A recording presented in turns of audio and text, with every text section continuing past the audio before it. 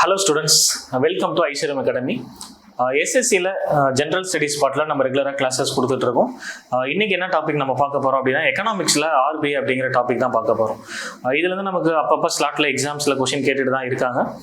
ஓரளவுக்கு நீங்கள் பேசிக் concepts டைரக்டான points தெரிஞ்சாலே போதும், இதுக்கான கொஷினை நீங்கள் ஈஸியாக அப்ரோச் பண்ணலாம்.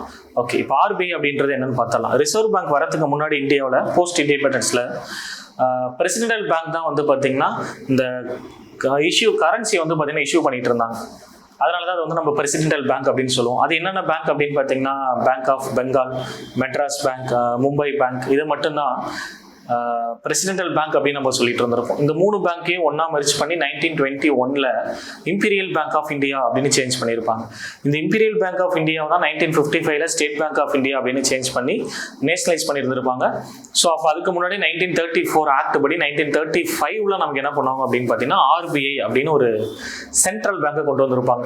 இந்த சென்ட்ரல் பேங்கை எப்படி சார் கொண்டு வந்தாங்க அப்படின்னு பார்த்தீங்கன்னா 1920 பிரசல்ஸ் கான்ஃபரன்ஸில் என்ன பண்ணியிருப்பாங்க அப்படின்னா எல்லா கண்ட்ரிஸும் சேர்ந்து ஒரு டிசிஷன் எடுத்துருந்துருப்பாங்க. அதாவது எல்லா கண்ட்ரிலையும் நம்ம ஒரு சென்ட்ரல் பேங்கை கொண்டு வரணும் அப்படின்றதுக்காக.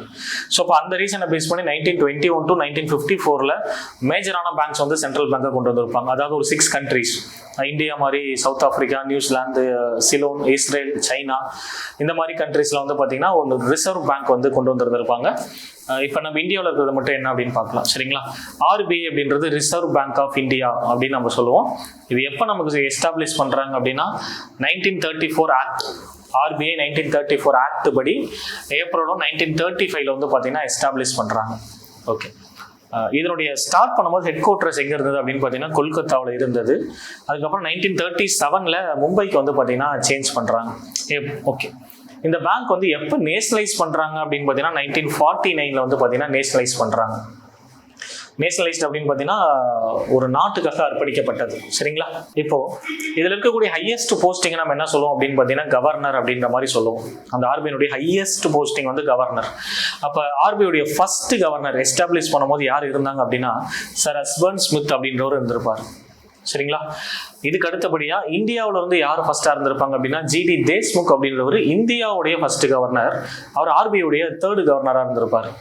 இப்ப 26th கவர்னரா யார் இருக்காங்க அப்படின்னு பாத்தீங்கன்னா சஞ்சய் மல்ஹோத்ரா இருக்காரு.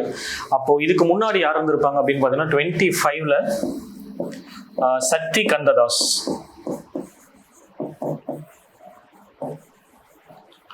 சக்தி கந்ததாஸ் இருந்திருப்பாரு. ஸோ அப்போ அதுக்கு முன்னாடி வந்து உர்ஜித் பட்டேல் இருந்திருப்பாரு.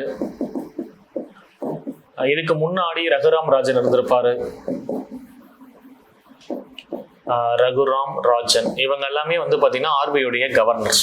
அதாவது ஒரு 4 கவர்னர்ஸ், லாஸ்ட் 4 கவர்னர் தெரிஞ்சு வச்சுக்கோங்க. ஏன்னா இதெல்லாம் ஒரு மேஜரான கொஸ்டின்ஸாகவே நமக்கு நிறைய இடத்துல கேட்பாங்க. ஓகே, ஸோ நெக்ஸ்ட் வந்து பார்த்தீங்கன்னா அட்மினிஸ்ட்ரேஷன். ஆர்பிஐடைய அட்மினிஸ்ட்ரேஷன் எந்த மாதிரிலாம் இருக்கும் அப்படின்னு பார்த்தீங்கன்னா இந்த ஆர்பிஐடைய அட்மினிஸ்ட்ரேஷனில் வந்து பார்த்தீங்கன்னா ஒரு கவர்னர், 4 டெபுட்டி கவர்னர் இருப்பாங்க.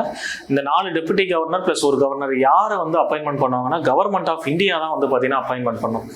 அதே மாதிரி ஆர்பிஐடைய ஜோனல் ஆஃபீஸர்ஸ் எங்கெல்லாம் இருக்கு அப்படின்னு பார்த்தீங்கன்னா 4 ஜோனலுக்கும் ஒரு ஆஃபீஸர்ஸ் கொடுத்துருப்பாங்க. ஈஸ்ட், வெஸ்ட், நார்த், சவுத், இந்த 4 ஜோனலுக்குமே வந்து பார்த்தீங்கன்னா ஆஃபீஸர்ஸ் கொடுத்துருப்பாங்க. நார்த்தில் டெல்லியில் இருக்கு, சவுத்தில் சென்னை, ஈஸ்டில் கொல்கத்தா, வெஸ்ட்டில் மும்பை. இந்த 4 பிளேசஸ்ல ஜோனல் ஆஃபீஸர்ஸ் இருக்கும், சரிங்களா. அப்படிங்கும் போது ஒரு 5-6 டிஸ்ட்ரிக்ட்ஸ், 5-6 ஸ்டேட்ஸ் வந்து பார்த்தீங்கன்னா இவங்க தான் மானிட்டர் பண்ணிப்பாங்க. இப்போ சவுத் சென்னை அப்படின்னு எடுத்துட்டிங்கன்னா அந்த சவுத் சைடில் இருக்கக்கூடிய ஸ்டேட்ஸ் எல்லாத்துக்கும் இவங்க தான் ஹெட், இவங்க தான் வந்து பார்த்தீங்கன்னா மானிட்டர் பண்ணுவாங்க. அடுத்தது ஆர்பிஐடைய ஃபங்க்ஷன்ஸ். இதெல்லாம் ரொம்ப இம்பார்ட்டன்ட். டைரக்டாக கொடுத்துட்டு அது என்ன ஃபங்க்ஷன் அப்படின்ற மாதிரி கேட்பாங்க. இப்போ ஃபர்ஸ்ட் வந்து பார்த்தீங்கன்னா ஆர்பிஐடைய ஃபங்க்ஷன் என்ன அப்படின்னா மானிட்டரி அத்தாரிட்டி. மானிட்டரி அத்தாரிட்டி அப்படின்றது ஒரு கண்ட்ரியில் எவ்வளோ பணம் இருக்கணும், மணி சப்ளையை டிசைட் பண்ணுறது, இன்ஃப்ளேஷன் எவ்வளோ இருக்கணும், டீஃப்ளேஷன் என்ன மாதிரி இருக்கணும், பேங்க் ரேட்டில் என்ன மாதிரி இருக்கணும் அப்படின்னு டிசைட் பண்ணுறதே வந்து பார்த்தீங்கன்னா ஆர்பிஐ தான், சரிங்களா. ரெண்டாவது த இஷ்யூவர் ஆஃப் கரன்சி அப்படின்னு சொல்கிறது. பணத்தை யார் அச்சடிச்சு வெளியிடுறதுக்கான முழு ரைட்ஸ் இருக்கு அப்படின்னு பார்த்தீங்கன்னா ஆர்பிஐக்கு மட்டும்தான் இருக்கு. நான் அச்சடிச்சு வெளியிடுவோம் சார் அப்படின்னு கேட்டால் அதெல்லாம் கள்ள நோட்டில் போயிடும், சரிங்களா. அப்படின்லாம் நம்ம பண்ணக்கூடாது. பணத்தை அச்சடிச்சு யாரு வெளியிடுறதுக்கான முழு ரைட்ஸ் வச்சிருக்காங்க அப்படின்னா ஆர்பிஐ தான் வச்சிருக்காங்க.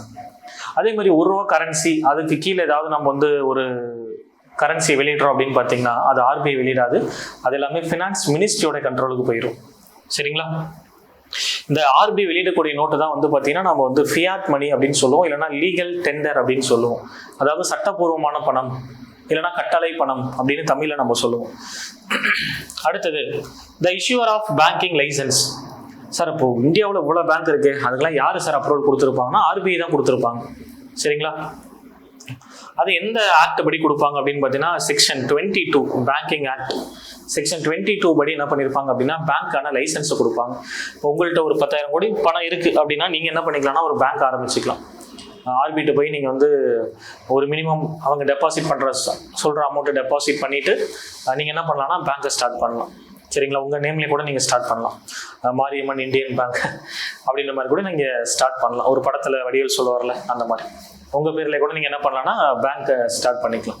அதுக்கு ஒரு மினிமமான டெபாசிட்ஸ் அங்கே பண்ண சொல்லுவாங்க. எதுக்காக அப்படின்னா நம்ம மக்களுடைய பணத்தை வாங்கி ஏமாத்திடக்கூடாதுல்ல, அதுக்காக ஒரு மினிமம் டெபாசிட்ஸ் ஒரு 500 கோடி 1000 கோடி அந்த மாதிரி பண்ண சொல்லுவாங்க.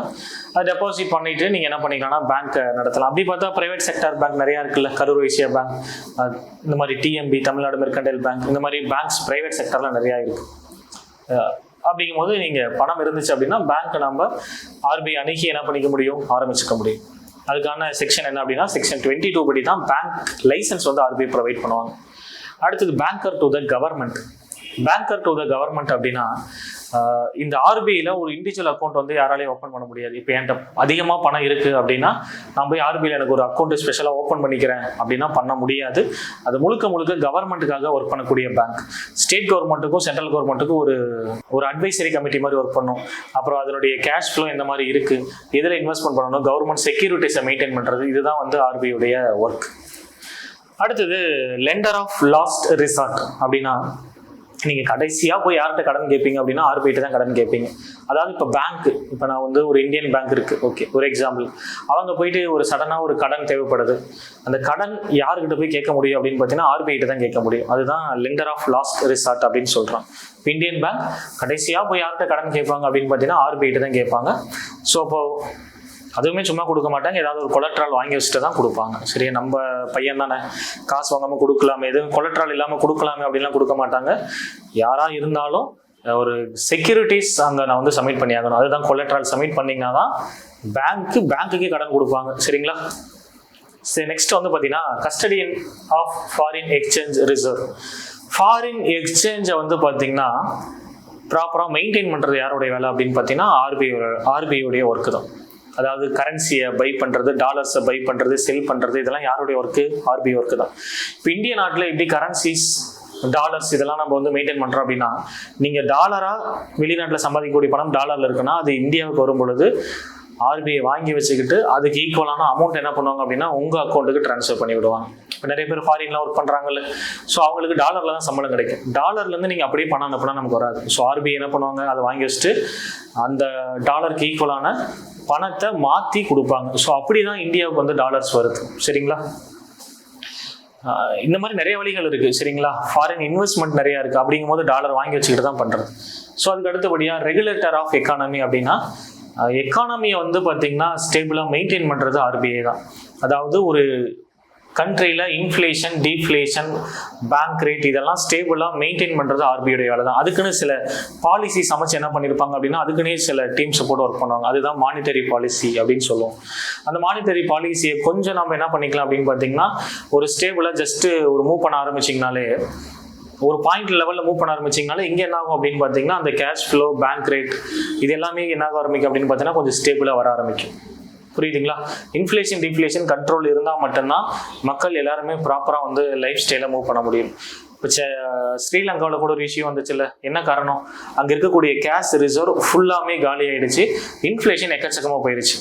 அதனால தான் அங்கே அவ்வளோ பெரிய பிரச்சனைகள் நிகழ ஆரம்பிச்சது. ஸோ அப்படிங்கும்போது அதை ப்ராப்பராக மெயின்டைன் பண்ணுறது தான் வந்து பார்த்திங்கன்னா ஆர்பிஐடைய வேலை. அதுக்கப்புறம் அதுக்கு என்னென்ன பாலிசிஸ் வந்து அமைச்சு கொடுக்குறாங்க அப்படின்றத நம்ம நெக்ஸ்ட் வர கிளாஸில் பார்ப்போம். தேங்க்யூ.